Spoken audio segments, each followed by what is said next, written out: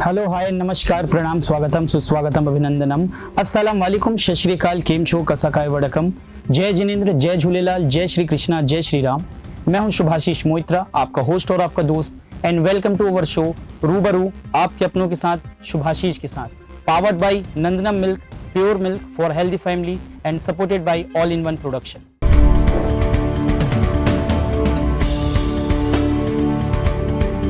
कहते हैं किसी में दम नहीं जो सूरज को बुझा सके, किसी में दम नहीं जो चांद को छिपा सके, किसी में दम नहीं जो सागर को सुखा सके, किसी में दम नहीं जो पृथ्वी को अपनी उंगली पर उठा सके, और किसी में दम नहीं जो हमारी देश की बेटियों को आगे बढ़ने से रोक सके। और इसी ही सोच के साथ जिस संस्था ने हमारी देश की बेटियों का रखा ख्याल, दिलाया उन्हें मान सम्मान और एक नई पहचान, और इसीलिए अपनी संस्था का नाम दिया निदान।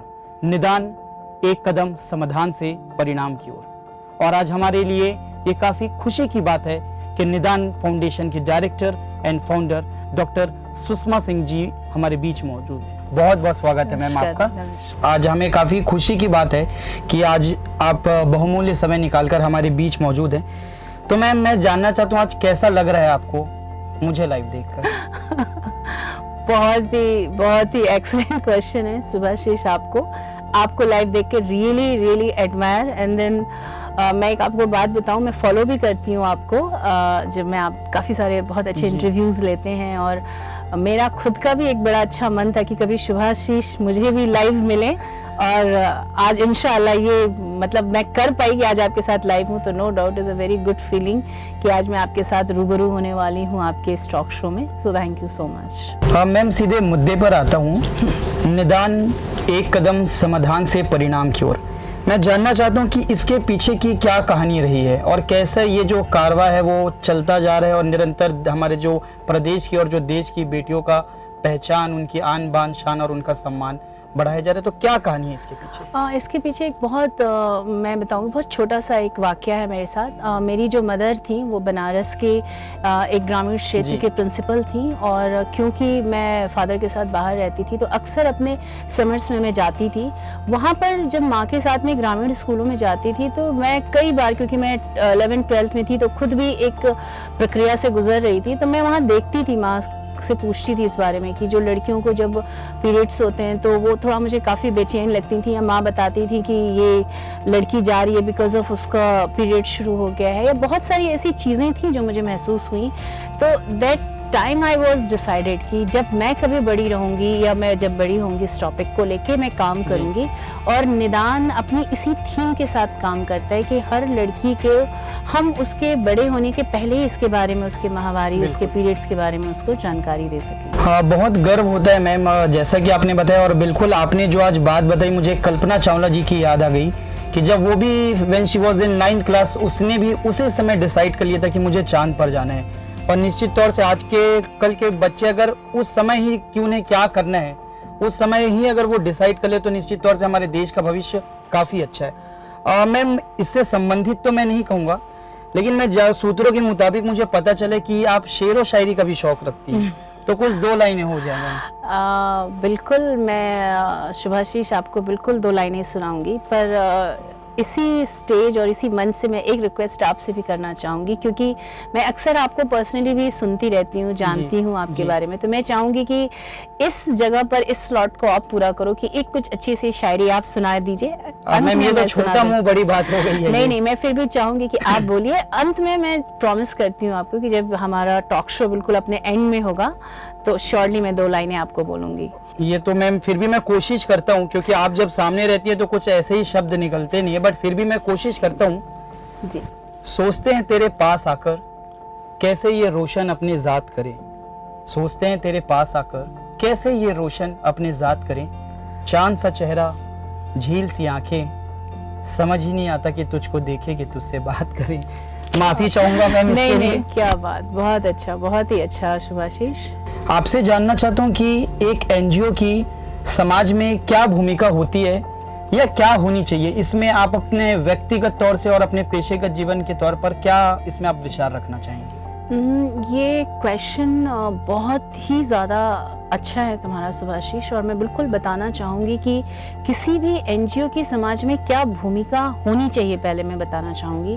पहले तो हमें कई बार इंडिया को जब भी बदला गया या किसी भी समाज को जब भी बदला गया, किसी न किसी आंदोलन को लेकर या किसी न किसी रेवोल्यूशन को लेकर बदला जाता है, कोई ऐसा मुद्दा लेके बदला जाता है। तो मैं ये चाहती हूँ कि कोई भी एनजीओ जब काम करे तो किसी एक निर्धारित लक्ष्य को लेके काम करे, ना कि हर समय मैं कई एनजीओज को साथ में जुड़ी हुई हूँ, काम करते हुए देखती हूँ, तो कोई भी फॉर्मेट नहीं होता है एनजीओ के पास। आज लगता है लोगों को कि ये करना है तो ठीक है, ये हो गया, पेड़ लगाना है, फिर कुछ सड़क रोड सेफ्टी पे काम करना है। मैं बोलती हूँ एक एनजीओ को सब कुछ करना है, बट एक ऐसा मुद्दा होना चाहिए जिस पर वो 5 साल का रोड मैप लगा के काम कर सके। तो पहले तो ये कि एक एनजीओ को समाज में ये बिल्कुल अपनी भूमिका और अपनी भागीदारी सुनिश्चित करनी होगी कि उसके आसपास क्या घट रहा है और किन लोगों को जरूरत है। हंगर फाइट्स पे काम करना है, अगर प्लांट पे काम करना है तो स्पेसिफिक करना है। दूसरी चीज, एक आपने क्वेश्चन पूछा कि क्या होनी चाहिए या क्या कर पाता है, बिल्कुल डेफिनेट। अगर एनजीओ कमिटेड है, एनजीओ अपना रोड मैप जानता है, अगर एनजीओ के पास अपनी टाइमलाइन गाइडलाइंस होती है, तो एक एनजीओ 3 से 4 सालों में अगर सही कनेक्टिविटी से काम करता है तो मैं आपको गारंटी बता रही हूँ, अपने काम की बेस पर बात कर रही हूँ, हम आराम से 2 से 3 लाख लोगों से जुड़ सकते हैं। ना सिर्फ जुड़ सकते हैं बल्कि किसी भी एक छोटे मुद्दे को मुहिम जिसको बोलते हैं आंदोलन जैसा हम बना सकते हैं। निदान संस्था इस बात का बिल्कुल उदाहरण है कि निदान संस्था ने एक मुद्दा माहवारी लेके चली 2014 में, और आज हम 2020 में आपके इस टॉक शो में बैठे हैं जिसके साथ हम 2.5 से 3.5 लाख लड़कियों और महिलाओं को इस मुहिम में मुक्ति प्रोजेक्ट से जोड़ चुके हैं। तो एक अच्छा भूमिका शासन प्रशासन के साथ एक एनजीओ भी समाज में अपनी अच्छी भागीदारी का योगदान कर सकता है। मैम, जैसा कि आपने बताया कि 2014 में आपने निदान को प्रदेश में लाया और उसके जरिए हमारे प्रदेश की कई बेटियों को लाभान्वित किया, और आज 2020 है और आज हम मैम के साथ रूबरू हो रहे हैं। तो कहीं ना कहीं एक सोचने वाली बात है कि हर कोई कहता है कि एक सफल व्यक्ति के पीछे बहुत बड़ा स्ट्रगल छुपा होता है। हर कोई कहता है ये कि एक सफल व्यक्ति के पीछे एक बहुत बड़ा स्ट्रगल छुपा होता है, लेकिन मैं ये कहना चाहता हूँ कि वो स्ट्रगल भी तभी सामने आता है जब वो व्यक्ति सफल होता है। तो कहीं ना कहीं मैम आप उसके बिल्कुल प्रत्यक्ष रूप से आप उदाहरण है उसके, ऐसा मैं समझता हूँ। शुभाशीष, ये जो आपने बोला स्ट्रगल, बिल्कुल ये जो आपने लास्ट में लाइन बोली बिल्कुल सही बोली। अगर व्यक्ति सफल होता है तो ही लोग उसका स्ट्रगल सुनते हैं, अदरवाइज अगर फेलियर्स होते हैं तो नो डाउट हम नहीं डिस्कस करते हैं। मैम, अगर आपको फिर से शून्य से प्रारंभ करने का मौका मिले तो आप सबसे पहले क्या करना चाहेंगी? शून्य से प्रारंभ करने का मौका मिले, बिल्कुल सुभाशीष, अगर मुझे मौका मिलता है शून्य से प्रारंभ करने का तो मैं अपनी स्टडी को फिर से करना चाहूँगी। बिकॉज मैं बताना चाहूँगी कि बहुत कम उम्र में शादी हुई मेरी, 18-19 साल में, और मैं जिस परिवार से बिलोंग करती हूँ, जिम्मेदारियाँ, बच्चे जल्दी हुए, तो मैं अपनी शिक्षा को ही कंटिन्यू कर पाई। शादी के बाद अपना पीजी, पीएचडी, ग्रेजुएशंस, जो सारी स्टडीज़ में कर सकती थी। पर अगर मुझे अब मौका मिले, या मैं इसके थ्रू में मैसेज देना चाहूँगी कि मैंने जो स्ट्रगल किया कुछ दिनों, जब पिछले 5-6 सालों में, तो मुझे अब लगता है कि मैं यूपीएससी क्रैक करना चाहूँगी, एक जिले की आईएएस बनना चाहूँगी, क्योंकि मैं जो करना चाहती हूँ, या कोई भी अगर समाज बदलने की बयार किसी को बहानी है तो नो डाउट कि हम एक हायर पोस्ट पर रहते हुए हम उन चीज़ों को कर सकते हैं। कई बार मुझे ऐसा महसूस होता है कि मैं जो करना चाहती हूँ नहीं कर पाती, बिकॉज हमारे पास वो अधिकार नहीं होता है, या उस तरीके की हमको ऊपर से परमिशंस नहीं मिल पाती हैं, सही तरीके से हम कलेक्टर को अप्रोच नहीं कर पाते हैं। तो अब अगर मौका मिला तो मैं बिल्कुल इसके थ्रू, अगर शून्य से मौका मिलता है। एक चीज़ और मैं बोलना चाहूँगी, हम जिस तरीके के समाज में रहते हैं, लड़कियों की शादी नो डाउट अच्छे परिवारों में भी मैं बताना चाहूँगी हो ही जाती है। लड़कियां अगर अच्छी हैं या परिवार अच्छे मिलते हैं तो पेरेंट्स शादी कर देते हैं सेटलमेंट के लिए। पर मेरा ये मैसेज लड़कियों के लिए है कि 21वीं सदी जो स्टार्ट विल बी बिगिन है, मैं चाहूँगी उसमें कि लड़कियां की शादी अगर जल्दी होती है तो भी सपनों को ना छोड़ें। वो अपने सपनों को चेस करती रहें। शिक्षा बिल्कुल बहुत ज़रूरी है।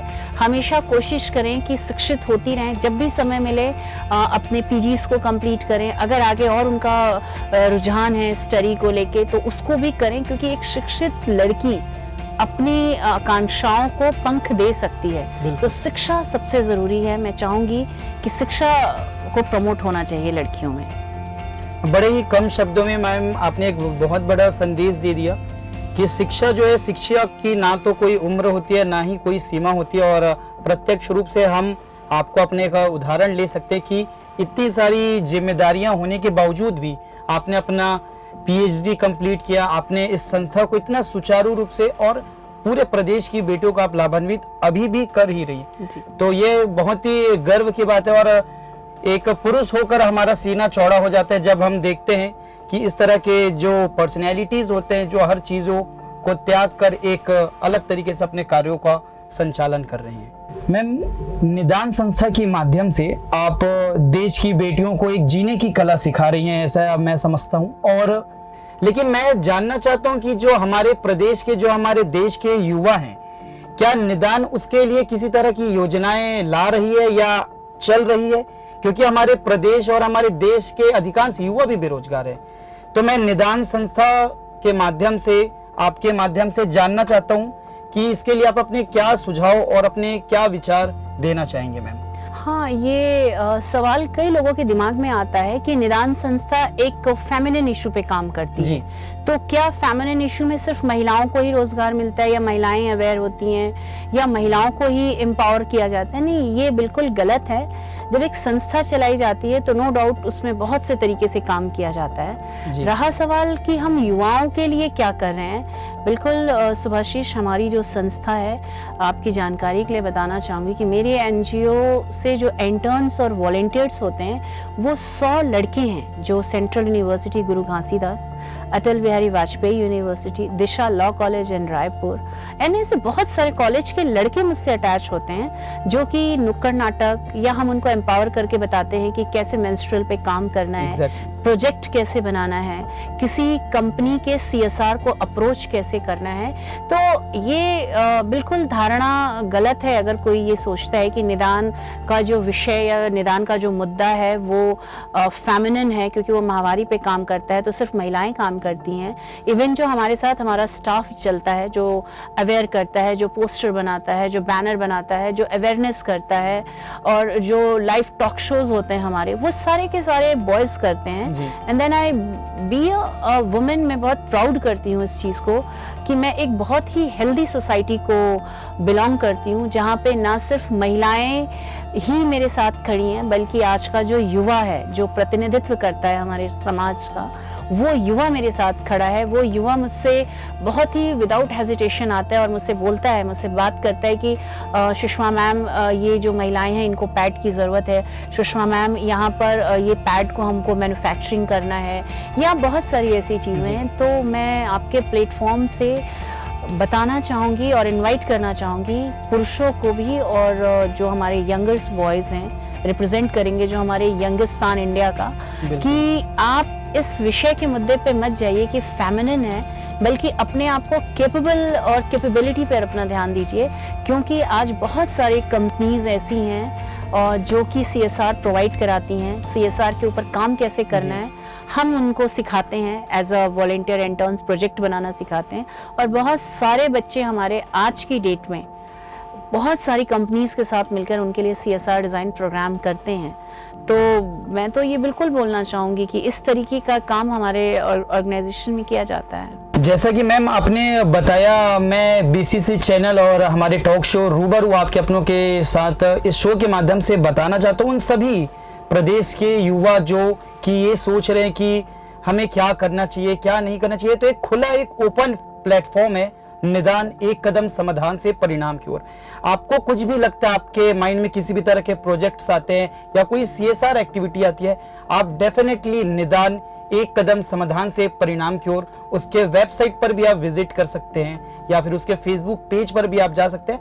और जो भी आपको ऐसा लगता है कि ये चीज़ें समाज के लिए लाभदायक होगी तो आप बिल्कुल निदान के साथ जुड़कर कर सकते हैं और ये आपके लिए एक रोजगार के अवसर को भी सृजन करता है। तो ये हमें जानकर बहुत खुशी हुई मैम, और जिनके मन में एक प्रश्नवाचक चिन्ह था कि ये सिर्फ महिलाओं के लिए है, बेटियों के लिए, तो आज मुझे लगता है उस प्रश्नवाचक चिन्ह में एक पूर्ण विराम लग चुका है। मैम आपने एक वादा भी किया था और मुझे लगता है वो वादा, वो प्रॉमिस भूल रही हैं, तो मैं चाहता हूँ कि वो प्रॉमिस आप जरूर पूरा करें।